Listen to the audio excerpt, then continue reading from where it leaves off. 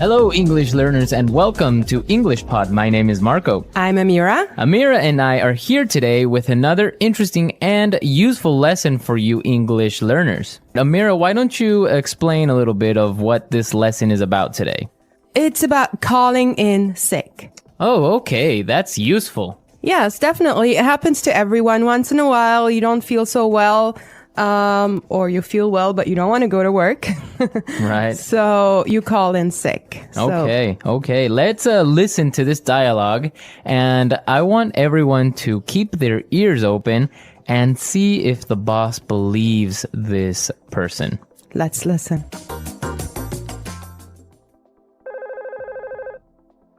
Hello, Daniel speaking. How may I help you? Hi, Daniel. Julie here. Oh, hi, Julie. How are you? Actually, I'm feeling quite ill today. Oh, I'm sorry to hear that. What's wrong? I think I'm coming down with the flu. I have a headache, a sore throat, a runny nose, and I'm feeling slightly feverish. I see. So you're calling in sick. Yes, I was hoping to take the day off to recover. Okay, then. Try and get some rest.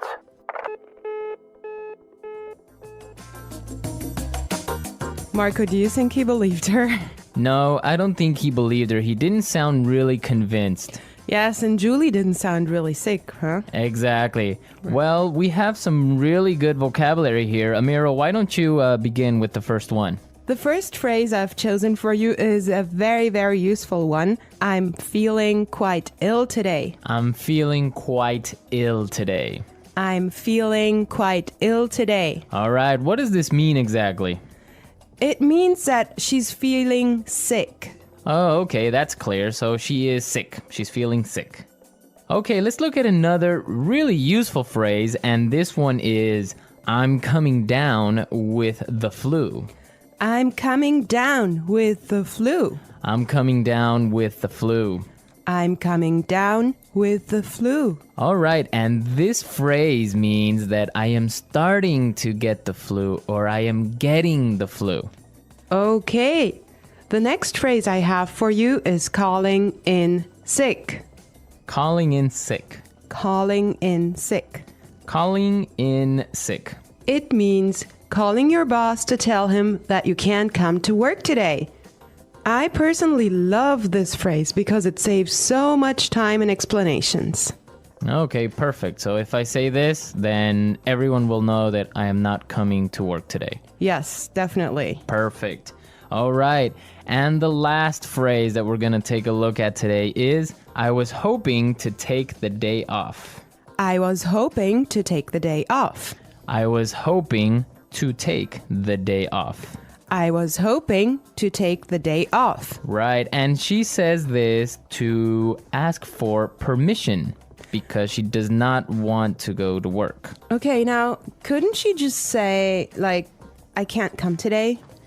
Right, she could say, I can't come today, but that would be a little bit impolite. Okay, so when she says, I was hoping to take the day off, it's a polite way of asking. It's a polite way, exactly, because she is talking to her boss. Very good. So let's listen to the dialogue one more time. The dialogue is a little different this time. Listen carefully and see if you think the boss believes her this time.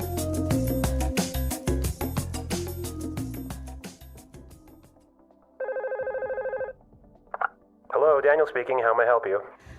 Hi, Daniel. Julie here.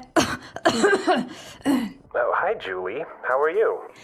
Actually, I'm feeling quite ill today. Oh, I'm sorry to hear that. What's wrong?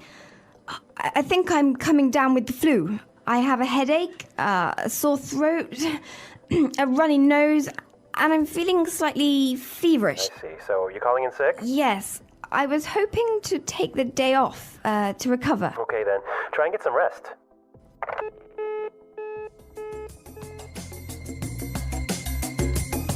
Okay, guys, we're back. And I do think he believed her this time.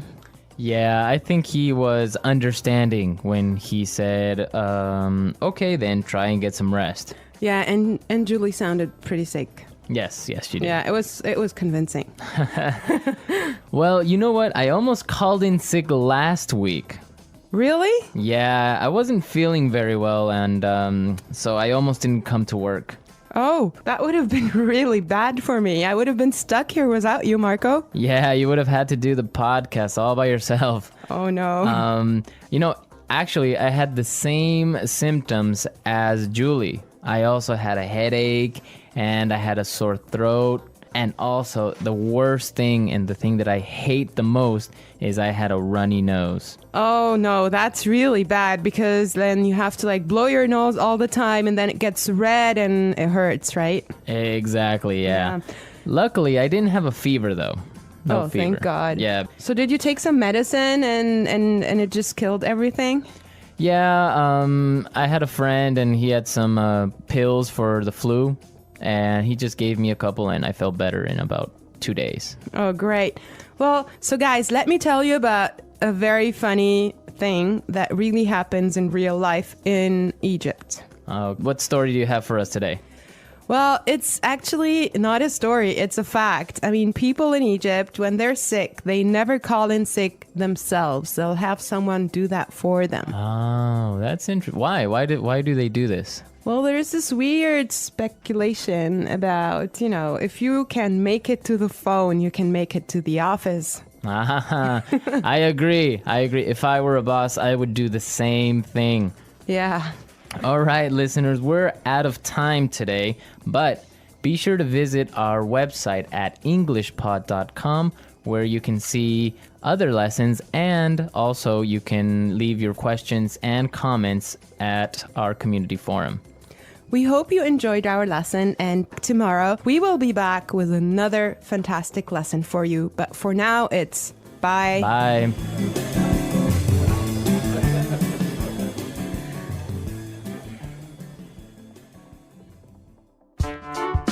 The English Pod Audio Review.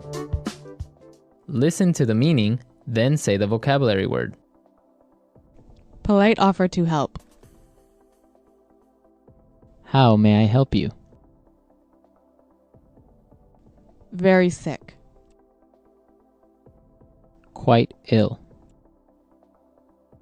Getting, acquiring. Coming down. Report that you will not go to work because you are sick. Calling in sick. To kindly expect. Was hoping. A sign, indication. Symptom. Allow. Permission. Impolite. Day off because you're sick. Sick day. Make it into work. Let's try that faster. Day off because you're sick. Sick day. Make it into work. Impolite. A sign, indication. Symptom. Allow. Permission. Polite offer to help. How may I help you? To kindly expect. Was hoping. Getting, acquiring. Coming down. Very sick. Quite ill. Report that you will not go to work because you are sick. Calling in sick. Now say the word and hear it in a sentence. Sir, you look lost. May I help you? May I help you find something? I was wondering, may I help you prepare your report?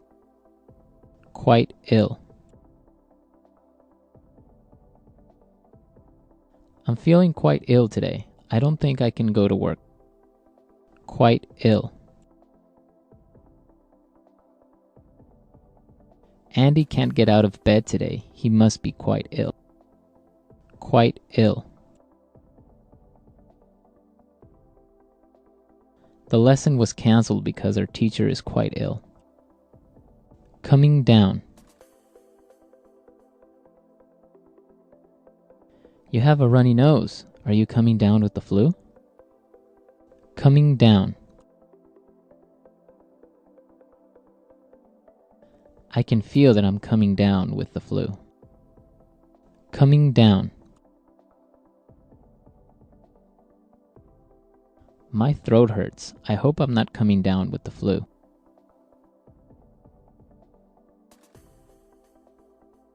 Our meeting was postponed because my client called in sick.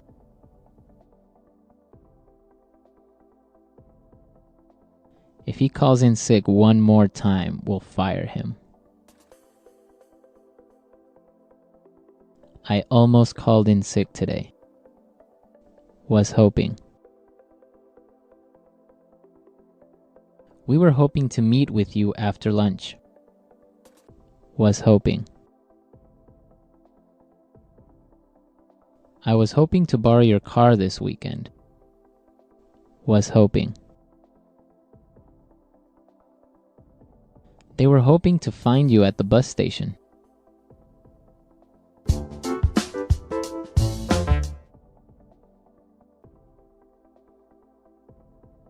The Whispering Road. It was a quiet winter afternoon, the kind where the sky looks heavy and pale, almost silver.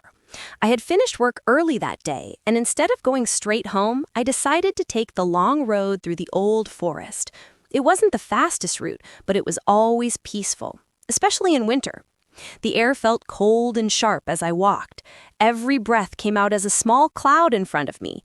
Snow covered the ground, soft and untouched, and the trees stood tall and silent, their branches coated in white.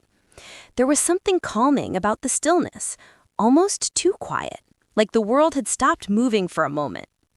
As I continued down the path, I started hearing a faint sound, something like a soft whisper. At first, I thought it was just the wind moving through the trees, but the sound was steady, almost rhythmic, like something repeating itself. I slowed down and listened carefully. It wasn't frightening, just unusual. The whispering grew a little louder as I moved forward. It almost felt like it was following me. I stopped for a second and looked around, but the forest remained calm. The snow didn't even show any footprints except my own. Maybe it was just the wind. Winter air can play tricks on your ears when everything else is silent. I kept walking, trying not to think too much about it. The cold began to settle in, gently biting at my fingertips and cheeks. I tightened my scarf and pulled my hands deeper into my pockets. The whispering sound continued, but now it blended with the soft crunch of snow under my boots. After a few more minutes, I reached the old wooden bridge that crossed a narrow frozen river. That's when the whisper suddenly stopped. The silence was so strong that it felt like someone had turned off all the sound in the world. I stood there for a moment, listening. Nothing. Just the cold, steady winter air. I walked across the bridge slowly. Halfway over, I noticed something strange. The snow on the bridge looked untouched, as if no one had crossed it all day. But when I looked back at the forest path behind me, I saw a second line of footprints next to mine, fresh, clear, and perfectly matching my pace. I blinked, and the prints seemed to fade into the snow. Maybe it was just the light. Maybe my eyes were just tired. Winter days can be long and heavy, and shadows can trick you easily. Still, I didn't wait around to check. I kept moving, faster this time, and soon I reached the main road where lights from passing cars made everything feel normal again. The whispering didn't follow me. The prints didn't appear again. But even today, when I walk that same path, the memory returns. The soft whisper in the trees and the prints that walked beside me. Maybe it was just the wind. Maybe it was nothing at all. Or maybe winter holds more secrets than we think. I kept walking deeper into the forest, trying to convince myself that everything was fine. The air grew sharper, and every breath felt like tiny needles inside my chest.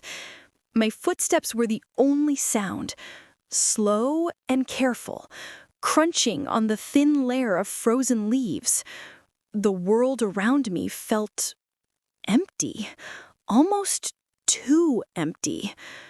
A sudden gust of wind pushed against my back.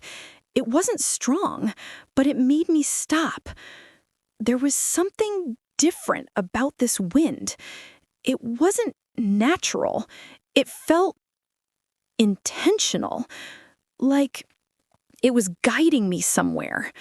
I tried to shake off the strange thought, but the forest didn't help. The trees seemed taller now, darker, leaning toward me as if they were listening. I swallowed hard and tightened my scarf, trying to keep the cold from creeping under my skin. Not far ahead, I noticed a narrow path splitting off to the left. I didn't remember seeing it before. It was darker than the one I was on, but for some reason, I felt pulled toward it. Maybe I was curious. Maybe I was a little foolish. Or maybe the cold had already started playing tricks on my mind. Still, I stepped onto the path. The silence deepened instantly. No wind, no birds, no sound at all. Even my footsteps became quiet, like the frost was absorbing every noise. I felt a chill that had nothing to do with the weather. My heart started beating harder, echoing in my ears. Then, something flickered in the distance. A light. Weak, unsteady, like a tiny flame struggling to stay alive in the cold. I hesitated, but standing still felt worse than moving. So I walked toward the light, step by slow step, trying to stay calm. As I got closer, the shadows around me stretched and twisted in strange ways. It looked like they were moving, waving, reaching out. I blinked a few times to clear my eyes, but the shadows kept shifting. Finally, I reached the source of the light.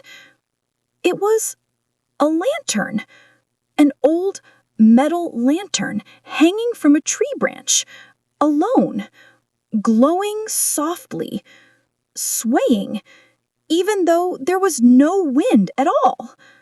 I stared at it, confused. Who would put a lantern here? And why was it still burning in this freezing forest?